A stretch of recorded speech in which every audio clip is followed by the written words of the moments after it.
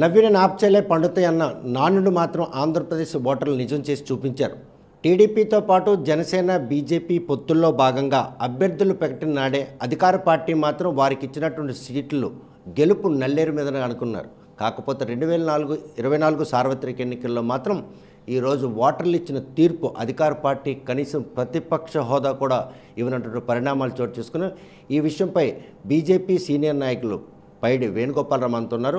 అసలు బీజేపీ జనసేనకి ఇచ్చినటువంటి ఆ సీట్లలో వైసీపీ పార్టీ గెలుస్తుందన్న ధీమా వెనక వీరికి ఆ విజయం ఎలా వరించింది అనే విషయం మనం మాట్లాడదాం.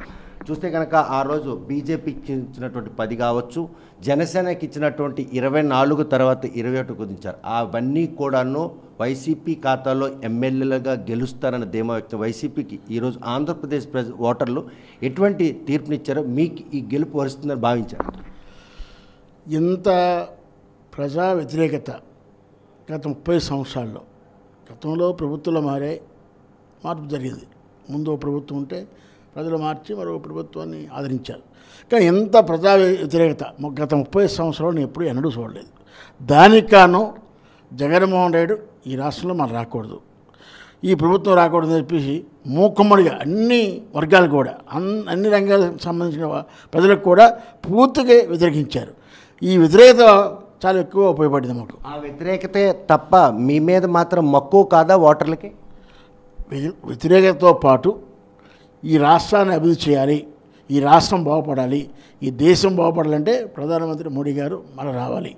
అదేగా వికసిత భారతదేశం.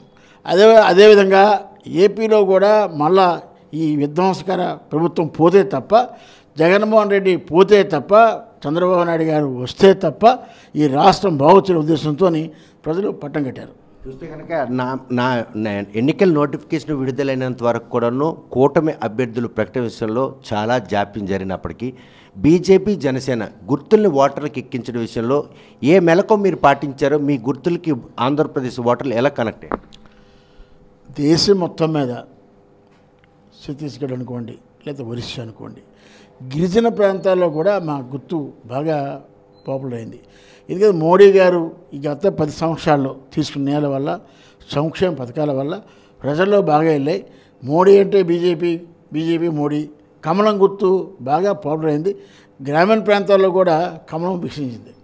వేణుగోపాలరావుకి శ్రీకాకుళం నియోజకవర్గం బీజేపీ టికెట్ ప్రకటించినప్పుడు కనీసం 2% ఓట్లు కూడా లేని బీజేపీకి ఎలాగ టికెట్లు ఇస్తారని టీడీపీ పార్టీ శ్రేణులు కూడా ఒక రకంగా వ్యతిరేకించారు. అయినప్పటికీ ఆ అవకాశం మీకు దక్కకుండా ఉమ్మడి అంటే కొత్త శ్రీకాకుళం హెచ్చర్లకు దక్కింది. ఈ నేపథ్యంలో అటువంటి పరిణామాలను కూడా అతిక్రమించి ఈరోజు 2024 సార్వత్రిక ఎన్నికలు శ్రీకాకుళం జిల్లాలో బీజేపీ కూడా బోని కొట్టినటువంటి ఘనతను ఏ విధంగా ఆర్జించారు? ఖచ్చితంగా మోడీ గారిని, భారతీయ జనతా పార్టీని ప్రజలు ఆదరిస్తున్నారు. మాకు ఓటు బ్యాంక్ ఏం తగ్గలేదు.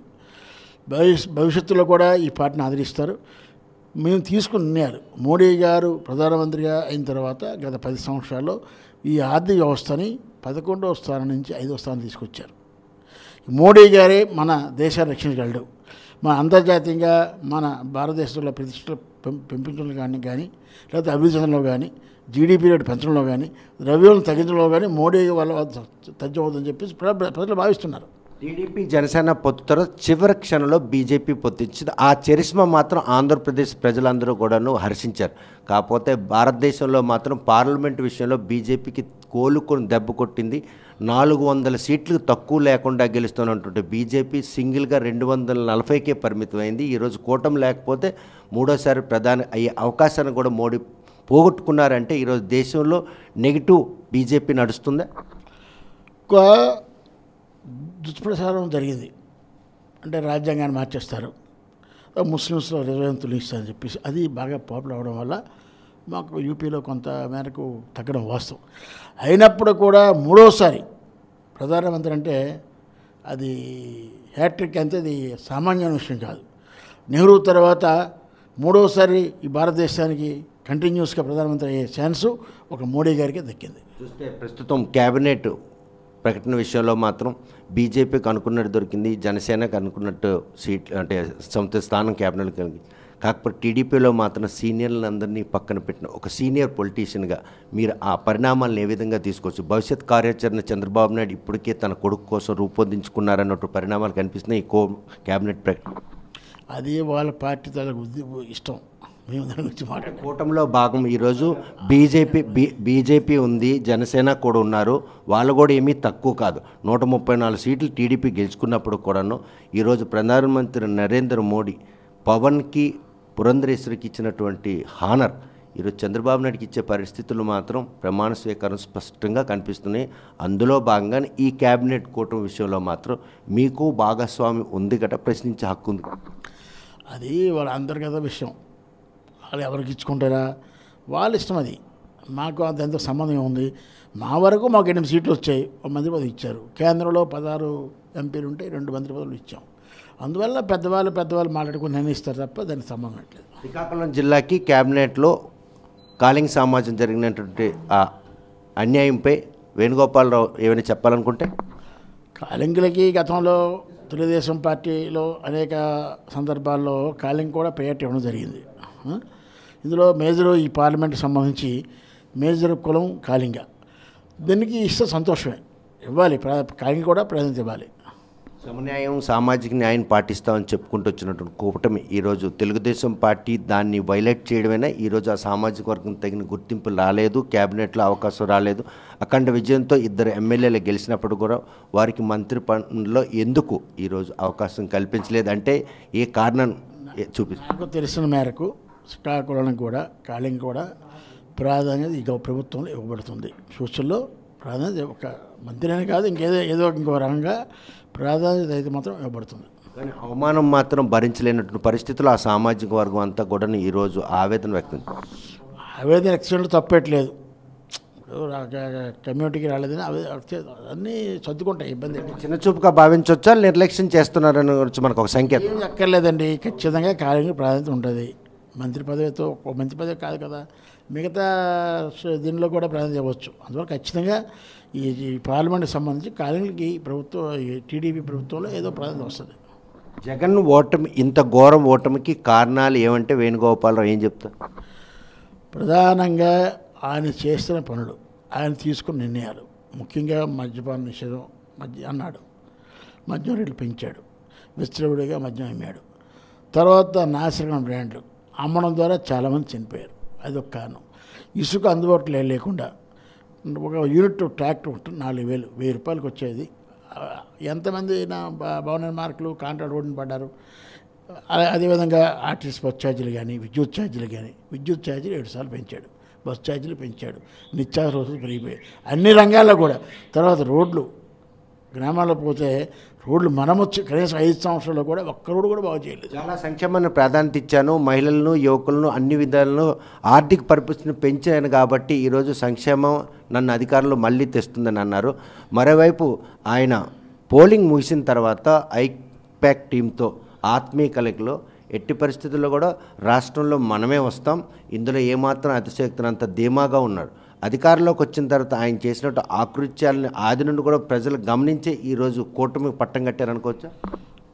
ప్రజలకి సంక్షేమంతో పాటు అభివృద్ధి కూడా చేయాలి. ఈ సంక్షేమంతో పాటు అభివృద్ధి చేస్తేనే ప్రజలు పట్టం కడతారు. ఎందుకంటే నిరుద్యోగులకి ఉద్యోగ అవకాశం కల్పించాలా, ఉపాధి కల్పించాలా, గ్రామీణ ప్రాంతాలు రోడ్లు వేయాలా, మౌలిక వసతులు సమకూర్చాలా. ఇవన్నీ చేస్తే రెండు చేయాలి. ఏదో ఒకదాని చేస్తే అవ్వదు. అధికారంలోకి వచ్చిన వెంటనే కూల్చివేతలతో స్టార్ట్ చేసినటువంటి జగన్ కూలిపోవడానికి ఆ కూల్చివేతల ప్రక్రియ కారణం. అది ఖచ్చితంగా దాన్ని ఇప్పుడు రుషికొండలో విశాఖ రాజధాని చెప్పేసి 200 కోట్ల సొమ్ము ఎంతో పైన ఖర్చు పెట్టారు. దాన్ని టీడీపీ కోల్చకూడదు, దాన్ని ప్రజలకు వినియోగం చేసుకోవాలి. ఎందుకు పడితే దానికి ఉపయోగించుకోవాలి తప్ప ఆడు కట్టాడు కాబట్టి నేను కూల్చానని చెప్పేసి అది సరికాదు. కానీ జగన్ కూల్చివేత ప్రక్రియతో మొదలైన ఆ పాలనే ఈరోజు ఓటర్లందరినూ ఆయన ఇంతలా ఆయన అతపాలతాలకు తొక్కారనడంలో ఎటువంటి అతిశక్తి లేదు. అదే కారణం. ఆయన విధ్వంసకారి స్టార్ట్ చేశాడు, ఆయనకు కూలిపోయాడు. చూస్తే పోలింగ్ తర్వాత జరిగినటువంటి ఏదైతే రావణ కాష్టం రాయలసీమ కానీ పల్నాడుకు జరిగిన ఇది టీడీపీ ప్రోత్సాహంతోనే జరుగుతుందన్నటువంటి ఒక ఆరోపణ జగన్ చేస్తున్నాడు. ఏ విధంగా తీసుకున్నాడు? పల్నాడులో స్వయంగా ఎమ్మెల్యే ఎంఈ మన ఈఎంఐలు విధ్వంసం చేయడం కానీ అల్లర్లు సృష్టించడం కానీ వాళ్ళతో స్టార్ట్ అయింది. ఎన్నికల ముందు రోజు కానీ ఎన్నికల రోజు కానీ ఎక్కువ అల్లర్లు వాళ్ళతో స్టార్ట్ అయ్యాయి. చూస్తే 164 సీట్లు ఇచ్చారు ఆంధ్రప్రదేశ్ ప్రజలు. 151 ఇచ్చి 5 ఏళ్ల పాటు వెయిట్ చేసినటువంటి ఓటర్లు 164 సీట్లు ఇచ్చారంటే మీకు ఇండైరెక్ట్గా ఇన్ని సీట్లు ఇచ్చారనుకుంటే హెచ్చరికగా భావించవచ్చా కూటమికి? హెచ్చరిక ఏం కాదు. కూటమిని వాళ్ళు కూటమి వైపు చూశారు, కూటమికే పట్టం కట్టారు. డబుల్ ఇంజిన్ సర్కార్ ఉండాలి, ఈ రాష్ట్రం దేశంలో ప్రధానమంత్రి మోడీ గారు రావాలి, ఈ రాష్ట్రానికి చంద్రబాబు రావాలి. ఇక్కడ రాష్ట్రంలో ఈ ప్రభుత్వం, దేశంలో ఆ ప్రభుత్వం డబుల్ ఇంజిన్ సర్కార్ ఉంటే ఈ రాష్ట్రం అభివృద్ధి చెందుతుందని చెప్పి భావించి ప్రజలు కూటమికి పట్టం కట్టారు.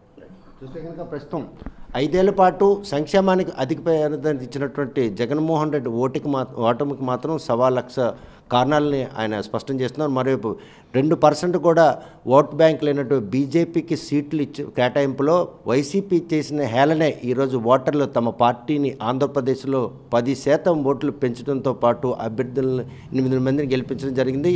2 ఎంపీ స్థానాలు. జనసేన అభ్యర్థుల ప్రకటన విషయంలో వైసీపీ చేసినటువంటి ఆ ధీమా ఈరోజు మాకు కలిసి వచ్చింది. 2024 ఎన్నికల్లో కూటమికి ఓటర్లు కనెక్ట్ అయ్యారు కాబట్టి 164 స్థానాలు వచ్చాయి. ఆది నుండి అధికారంలోకి వచ్చిన తర్వాత కూల్చివేతతో మొదలైనటువంటి జగన్ ఆంధ్రప్రదేశ్ ఓటర్లు పూర్తిగా భూస్థాపితం చేయడంతో పాటు కనీసం అధికార పార్టీకి ప్రతిపక్ష హోదా కూడా లేకుండా ఆయన పాలన మాత్రం విసికి వేసారిన కారణంగానే ఈరోజు కూటమికి అధికారం చేజెక్కిందని చెప్తున్నారు. కాకపోతే మోడీ చరిస్మా మాత్రం ఆంధ్రప్రదేశ్ ఓటర్లను ఆకర్షితులు. అందుకే బీజేపీ జనసేన ఏవైతే సింబల్స్ ఉన్నాయో వాటి ఓటర్లు కనెక్ట్ చేయడంలో తాము సక్సెస్ అయ్యి ఈరోజు మాకు గెలుపుకు దోహదపడిందని వేణుగోపాలరావు స్పష్టం చేస్తున్నారు. వీడియో జర్నలిస్ట్ రామకృష్ణతో సత్యం, RTV శ్రీకాకుళం. మరిన్ని వీడియోస్ కోసం ఛానల్ ని సబ్స్క్రైబ్ చేయండి, లేటెస్ట్ అప్డేట్స్ కోసం వాట్సాప్ ఛానల్ ని ఫాలో చేయండి అండ్ లింక్ డిస్క్రిప్షన్ లో ఉంది.